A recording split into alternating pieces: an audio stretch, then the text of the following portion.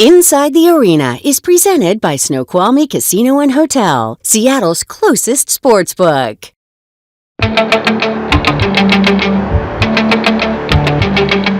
Welcome to Inside the Arena, your source for everything off the ice, off the court, and outside the field of play.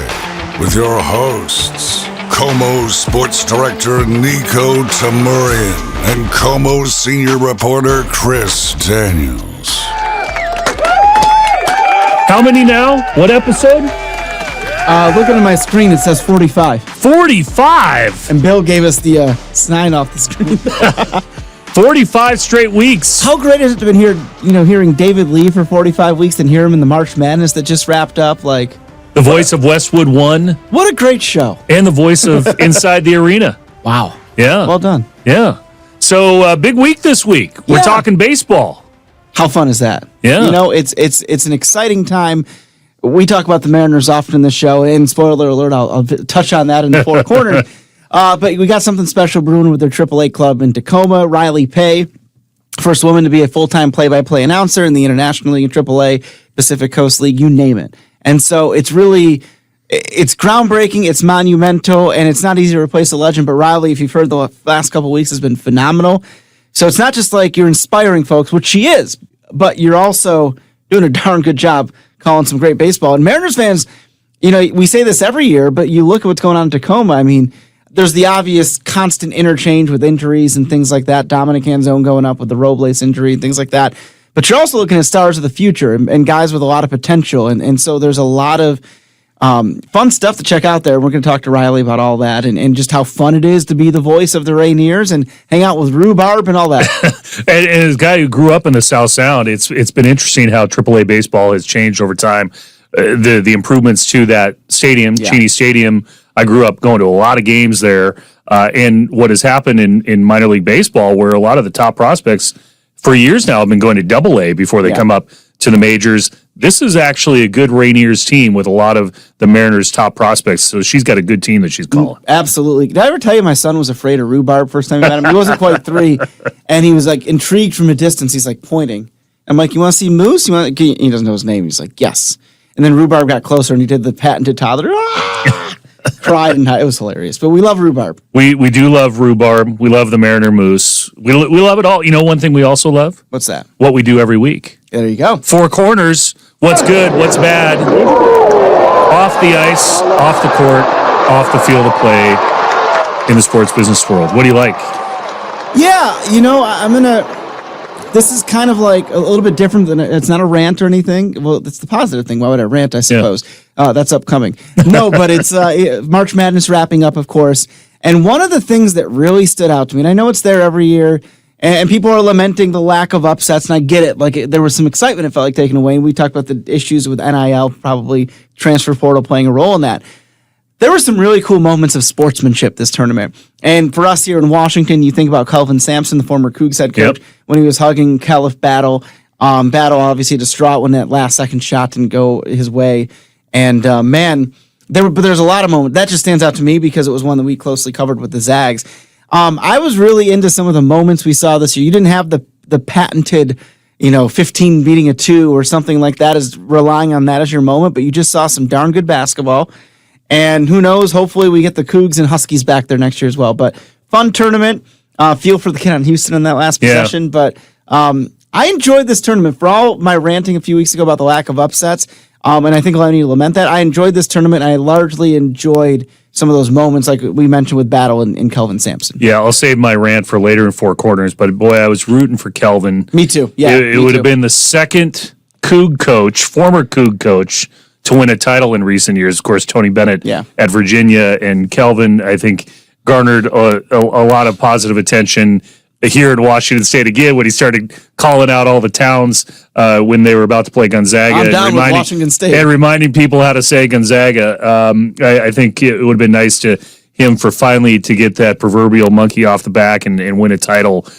Man, that was crazy. Houston hasn't gotten one. Yeah, for all those teams in the '80s, Yeah, crazy. And Yakima Olajuwon and Drexler and all those teams. Yeah, it was. I would have liked to see Houston win. I would have too. Yeah, and there's no offense to Florida. We got some producers out there that root for the Gators, but I was For all the reasons you just said, I was rooting for Kelvin, yeah. Well, I'll tell you what else I'm excited about, rooting for, hoping that there's an answer here pretty quick, is the NWHL, the National Women's Hockey League. There is a lot of buzz right now that they're about to expand. Of course, we've talked about it on this show. You were at the game, the exhibition game in Seattle. We had Beth Knox, the head of the Seattle Sports Commission, on here talking about the possibility of an expansion franchise at Climate Pledge Arena or in the region. It does seem like the NWHL is very close. That tour that they when they came to Seattle, that was a barnstorming tour really across the country to test out various markets. Denver was another one, Vancouver, Quebec City. So right now there's only 6 teams in the National Women's Hockey League: Boston, Minnesota, New York, Montreal, Ottawa, and Toronto. But according to the Hockey News, other respectable hockey outlets, it's really Denver, Vancouver, Detroit, Quebec. They may expand in time for later on this year. Could be another year. The NWHL has already moved past their timeline. That announcement was expected maybe a week or 2 ago. But just based on the crowd, what we have seen just with the Kraken fan base, what we have seen at the Kraken Community Iceplex, you and I both, with young women and women playing hockey, boy, it sure seems like a good fit to add Vancouver and Seattle together at the same time. And also places that those players would want to play, just based on quality of life, quality of the standard of living, and just the hockey markets in general. And I'm a geography nerd. Like I have maps all over my office. It's you've seen it. Yeah. You mentioned a lot of those existing franchise cities. They're all out east, or at least eastern half of the country. If you're going to add Vancouver, you almost have to add Seattle. Yeah. You can't just do a one-off trip. I mean, I suppose you could, but it just seems like a waste in that sense. So, hopefully that's the case. Maybe you add Denver into that mix as well for 3, but obviously the proximity of Seattle and Vancouver makes it the NHL does this all the time, right? Like you'll see, just throwing a name out there, the Bruins in Seattle one night, then 1 or 2 nights later they're in Vancouver. It makes too much sense. Yeah. And we heard Hillary Knight when the great American hockey player, Sun Valley, Idaho native, she even talked about it like it was a formality that Seattle would be an expansion market and how great it would be to be in Seattle. Hey, other cities had big crowds too. Quebec City sold out. That would seem to fit with Montreal in particular. But boy, it would be. I just think we talk about expansion so much with the Sonics here. That would be a team that I think would do well in the market as well. I agree. There is room, and they would. I think they would thrive here. Yeah. So what don't you like this week? Is this the time for the rant? Can we have a button for a double rant? Wait. Do I? That's the Sonic one. Okay. What Try the about orange button? Okay, yeah, I like that. What's the orange button? The orange button. Oh no, not that. No. Go back with the green one. Yeah, that was better. Okay, so I would love to hit the buttons one of these shows. They're all yours, buddy. What's the yellow one do? Oh, that's that one. Yeah. All right. The crowd is gathered in. Yeah. Now that we've punched all the buttons, and then I'm gonna tell you when to hit the green one. Okay, so rant number 1. And I said on this show that in this offseason for the Mariners, boy, oh boy, that was a big gamble. From the standpoint of, if you weren't going to go out and make the big signing, I'm okay with that if it ends up paying off in the long run. Because I understood at the moment what they were getting at. Okay, a full year of Robles, you know where I'm going with this now. Yeah. A full year of Dan and Edgar, full year of Aros Serena and all these guys. And that maybe that would be the difference, that you had a good team intact, but in theory, some of those additions were mid-season, Dan and Edgar 34 games, so on and so forth. But boy, oh boy, that was a gamble. Because you're relying on everything going right. And here we are about a dozen or so games in, and it's not going right. Not from the standpoint of results on the field. That's the second part of this thing. But the fact that Victor Robles is out at least 3 months. Yeah. And already, now I'm not saying the Mariners are going to fold and the season's over. That'd be stupid in April. Really stupid. But what I'm saying is, again, when you're relying on everything to go right, and then it doesn't a few games in, it kind of like shows you what the plan was flawed. Yeah. Now, again, I probably have been more kind than a lot of pundits on that offseason out there, from the standpoint that I'm like, okay, I can see it working, but it better work. And now that it hasn't, it's like, well, this is why you... And again, I'm not saying they're done, But that's why you go out and you do something more. Hit that green button for me, Chris. You want this green button right here? Second rant. So here's the thing. It's April. As of this recording, we're about 12 games into the season. Of 162, anybody out there who is saying because they started 3-7 or 4-7, whatever the case is, both are true, that the season's over? Holy cow. Now, are there flaws there in those 11 games? You betcha. Were there games where the offense was anemic at times, and they've had to, even when they won, they've had to rely on the clutch hit late, which isn't going to always happen? Sure. But holy cow. I've seen a lot of stuff of people freaking out after game 12 or 10 or of 162. Relax. Now, if we're talking June and they're 10 or 12 games under 500, even though we've seen that rally before, validated. Rick Riz used to always tell me either Father's Day or the All-Star break is a good gauge, that 3-week period, and I think that's valid. And then it makes sense because then you talk about the trade deadline, things like that. But April? What the heck are we doing?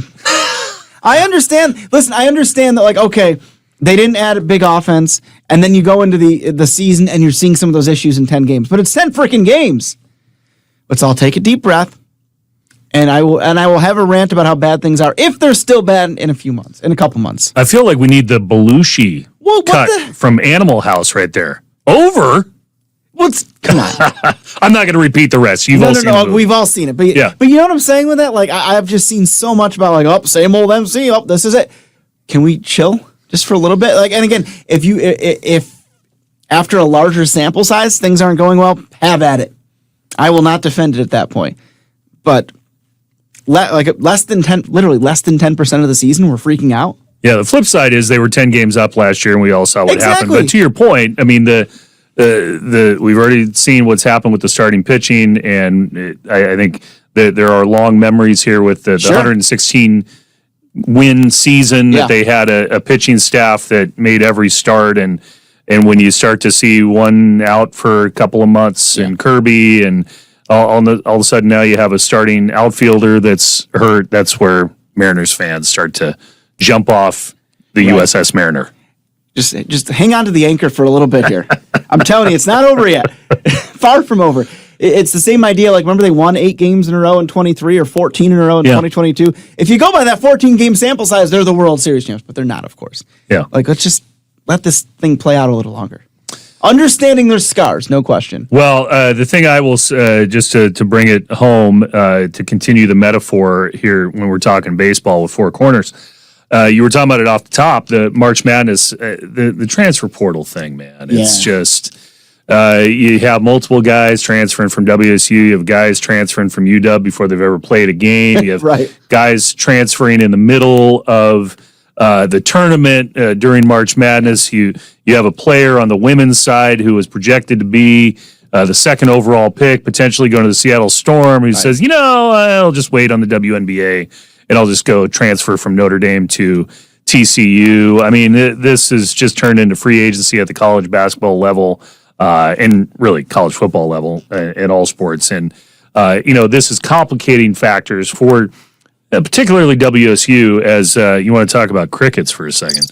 The Pac-12... You wanted to hit that against the Pac-12 media rights deal that still isn't signed. There were some questions about whether that would be done by the end of March, and whether the Pac-12 would have their last, or they need one more football playing member, potentially expanding by a couple of more schools. We're still getting crickets on all of that, and this is all tied to NIL and revenue, and there's the House ruling that is now delayed again, that's hanging over the schools on how much money they're going to have to pay. I just wish college sports was like it was 5 years ago. That's not that long ago either, right? You know what I'm saying? When Cam Warren or even just a few years ago, when projected number 1 overall pick in the NFL draft, Cam Ward came to Washington State for, at that time, a measly $90,000 deal. Yeah. Listen, as we've talked about, the athletes needed to get paid. Sure, there needed to be some changes. But oh my gosh, this isn't even changes. This is just the Wild West out there. Yeah. Look at Maryland's coach, now Villanova's coach, Kevin Willard. When he was here in Seattle for the first weekend, everybody's asking, are you leaving? Are you leaving?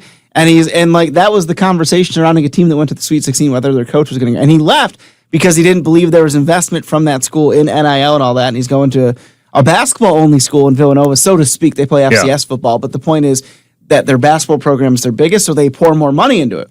And so it's a smaller school, but that it makes the whole thing. I'm just sitting there in that press conference like, the heck's going on here? It's wild. Okay, you know what's not so wild this week?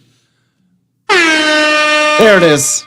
The Supersonic Minute. The biggest development this in the last week may have been Mayor Bruce Harrell going on our friend Softy Mahler's show with Dick and Softy over on KJR, suggesting that he believes the NBA Board of Governors should do something in July at their meeting, or he's going to be a little disappointed that there's not a development. There's a question, as we chronicle every week here, on whether that's going to be the case. The Boston Celtics deal still needs to be finalized before the NBA can move forward. We heard what Adam Silver said specifically about the city of Seattle, and he wants fans to know how much the NBA is still interested in the market. But the only real development here is Bruce Harrell is saying, please, NBA, do something in July. Yeah, and I think he speaks the same as a lot of fans, right? Like we've been hearing the goalposts getting moved. We've talked about that metaphor, right? Through unforeseen things from the league's perspective. But at this point, it's you see something on social media that's like about the Sonics, and all the comments are from fans like, "I'll believe it when I see it. Yeah, I'll believe this." And it's it's that same they've been down this road and they've been heartbroken before, not just 08, but as you know, the other saga, and then of course.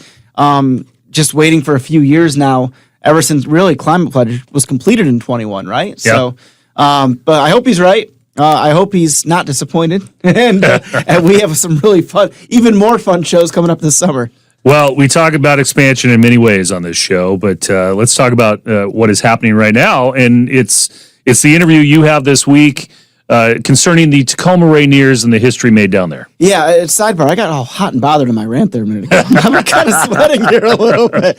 Yeah, we talked about it a moment ago. Rylee Pay, awesome broadcaster, awesome play-by-play. She was out in Portland, Maine for the Sea Dogs, and that was and a lot of folks out that way have certainly known and loved her, and now the way that the Rainiers fans here in Western Washington are. So it's a lot of fun. It was a great conversation, and not just about how fun it is to be at that level, but the inspiration and seeing the future of the M's up close and personal. We'll bring that interview right after this.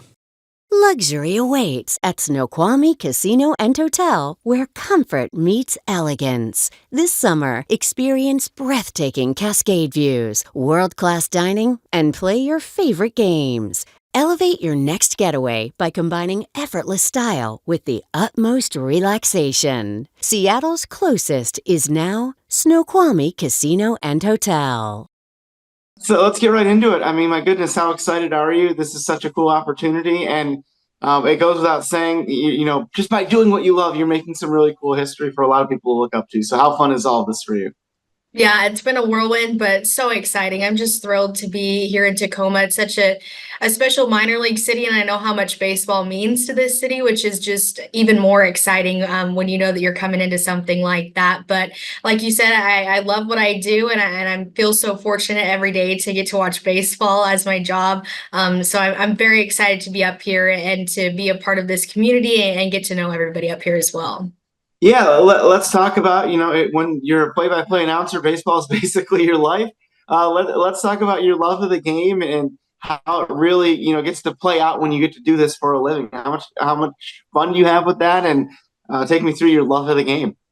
Yeah, I mean, at an early age, I think I always really enjoyed baseball. It was the highlight of my family trips. It was something that I loved to do with my grandpa, and just felt the atmosphere early on, the magic of it, more than anything. And I think that always stuck with me. I knew that I wanted to work in baseball in some capacity, and I've been so fortunate to end up in this play-by-play realm as well. So for me, it's really a dream, because this is what I love to do in my free time. I love to watch sports. Go to baseball games, and to be able to do this every day is so fun, and really kind of a pinch me situation in a lot of ways.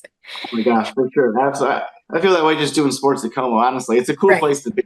And by the way, I'm actually from out east as well, from Syracuse. And very nice. So, and I loved vacationing in Maine. Is it DeMillo's, the restaurant? It's like the big boat. Yep, DeMillo's Yeah, on the water. It's the that was best. I know it was such a good meal. Like, I actually like still occasionally crave it. I haven't been there in like 8 years. So, All the anyways, seafood is great up there, but I've heard seafood is great here too. So it's perfect. A great yeah, transition. it's like a little different. Like, so obviously, okay, I'm not trying to hijack this interview, but like, so lobster being big out in that area.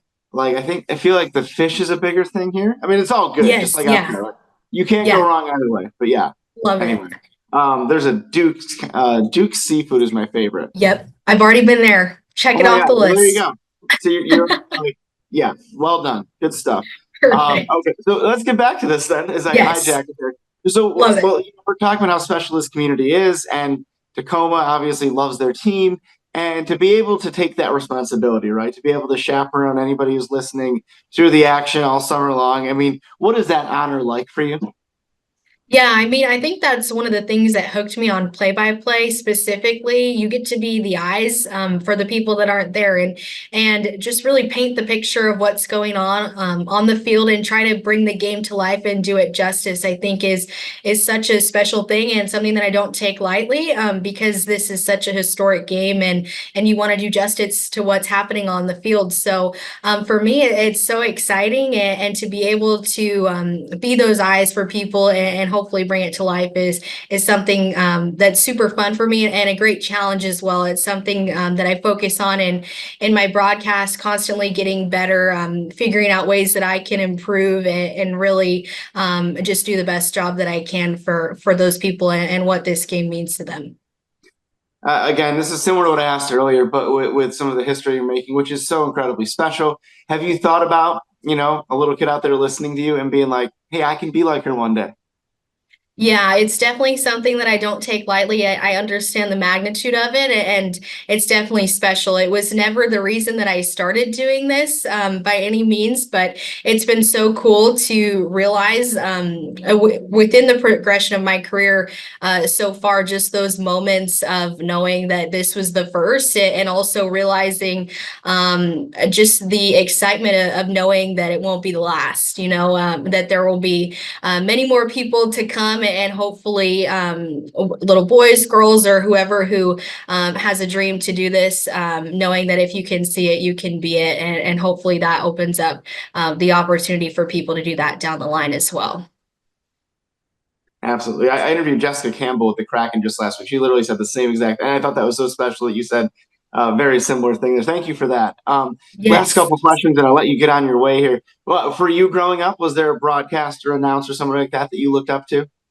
I mean, Vince Scully, I think, is one of the best, if not the best. I mean, everybody loves Vince. So he's one that, especially getting into play-by-play and really honing in on that, I would listen to him before I went to bed and just kind of write down notes and things that I love. He's such an elite storyteller. So if you can at all be like Vin, I think you're on a good track. But he was one that I loved. I also kind of the first image of play-by-play for me. I grew up watching the Orioles with some family from the East Coast. So Melanie Newman a few years ago was actually the first image of play-by-play that I kind of saw being similar. And I was actually at a summer internship at the time in the Northwoods League and remember turning on that game and seeing her debut and thinking that it really wasn't that abnormal. And that I was so fortunate for that as well, having those people to look at and to look up to and know that there are already people, women out there doing this and that it won't be so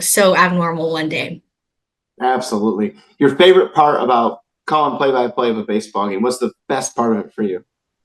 Definitely the challenge, expecting the unexpected. When I first actually started doing it, I was frustrated because I was like, I know I can do this so much better, and it kind of hooked me, like that idea of just constantly improving, constantly having a new game every day. You put on the headset and you really have no idea what's going to happen over the next 3 hours or 3 plus. You could see anything on the field, and just being that person with the responsibility to kind of bring that to life, I think is so special and something that hooked me early on.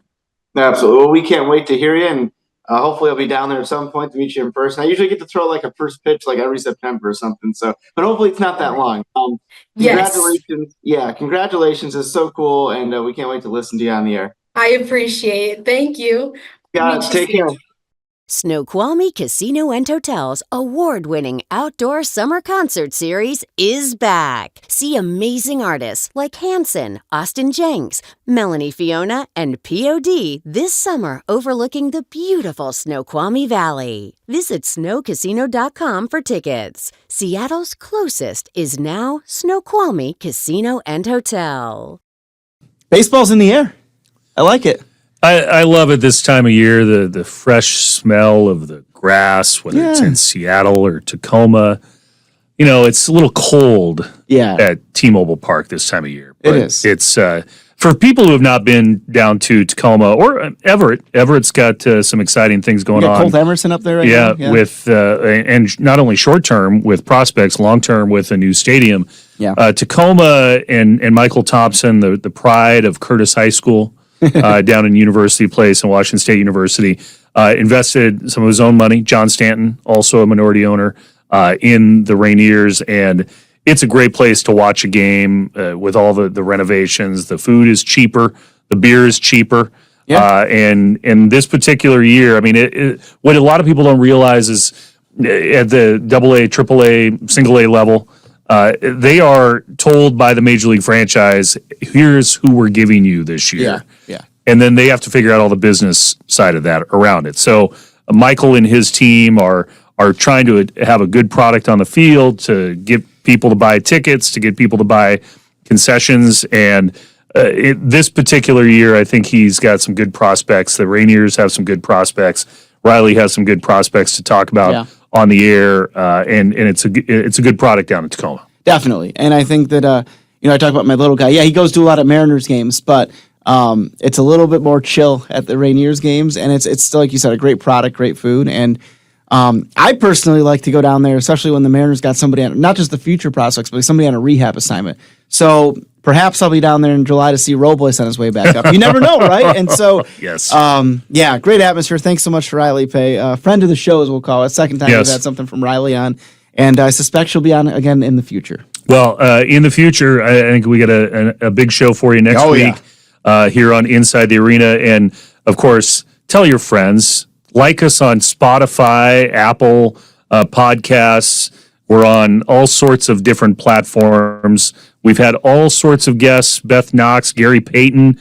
God, we could go down the entire list, Lenny Wilkins, all sorts of things that you can download and re-listen to, and also hear us make predictions about things that didn't happen at one point in time. You can track the entire Sonic saga in the past year, and we'll continue to do that every week on the one and only Inside the Arena. Take us out, David Lee. You've been listening to Inside the Arena with Niko and Chris. Please subscribe on your favorite platform. Until next time.